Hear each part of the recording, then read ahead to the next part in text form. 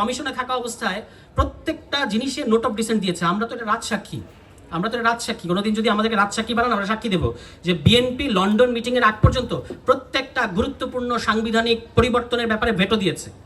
পরে London meeting এর পরে যখন ওই যে ট্রফি দিয়ে এসেছি নিয়ে গেছে এবং আমাদেরকে পরে খেলার ডেট দিয়েছে বলেছেন না স্থানীয় সরকার প্রতিমন্ত্রী, ওই ঘটনা ঘটার পরে তারা কিছু কিছু মানা শুরু করেছে।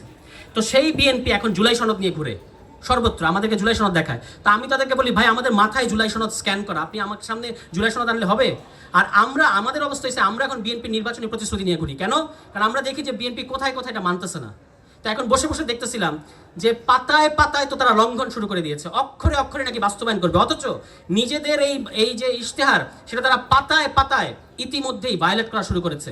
তো তাদের আমি বলেছিলাম যে অক্ষরে অক্ষরে মুনাফিকি না, মুনাফিকি বললে তারা রাগ করে, অক্ষরে অক্ষরে হিপোক্রেসি। তারা বলছে আমরা কলমের ওই যে আঙ্গুলের দাগ মোছার আগেই নাকি তারা কি করেছে, ওই ফ্যামিলি কার্ড এবং কৃষক কার্ড দেওয়া শুরু করেছে। আমরা দেখতে পাচ্ছি যে আপনি আঙ্গুলের দাগ মোছার আগেই গণভোট মুছে দিয়েছেন। গণভোট এখন আপনাদের কাছে কুইনাইন হয়ে গেছে। বলেছেন তারা সংসদে যে গণভোট হলো কুইনাইন, এই কুইনাইন আমাদেরকে জোর করে খাওয়াইছেন। আমি একটা সিম্পল প্রশ্ন করি, আমাদের মাননীয় প্রধানমন্ত্রী, তাকে আমি অত্যন্ত পছন্দ করি, রেসপেক্ট করি, তিনি আমার দেশের প্রধানমন্ত্রী। আপনি গণভোটের পক্ষে বলেছেন যে দয়া করে গণভোটে হ্যাঁ ভোট দেবেন।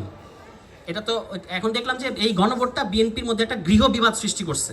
গৃহবিবাদ মানে কি? বিএনপি ওই কালো ঘরে মানে অন্ধকার ঘরে কালো বিড়াল খুঁজতেছে। বিএনপির এক পক্ষ বলছে এটা আমাদের মাননীয় পিএম ভাইয়ার বলার কথা না গণভোটের পক্ষে, কিন্তু বিএনপির ভেতরে কোনো এক গুপ্ত অংশ তাকে যেটা বলিয়েছে হায় হায় কি এক অবস্থা, এখন তো আমরা ফান্দে পড়ে গেছি। কালকে আমাকে একজন বলেছে এই কথা, মানে এটা নাকি বলার কথা না, বিএনপির ভেতরে কোনো এক গুপ্ত অংশ তাকে যেটা বলিয়েছে এবং এটা এখন তারা খেসারত দিচ্ছে। কারণ বারবার আমরা এটা রেফারেন্স দিই যে আপনি তো গণভোটের পক্ষে বলেছেন। উনি গণভোটের পক্ষে বললেন, হ্যাঁ ভোট দিতে বললেন জানুয়ারি মাসে। আমি বিশ্বাস করি গোপন ব্যালটে আপনি হ্যাঁ ভোট দিয়েছেন।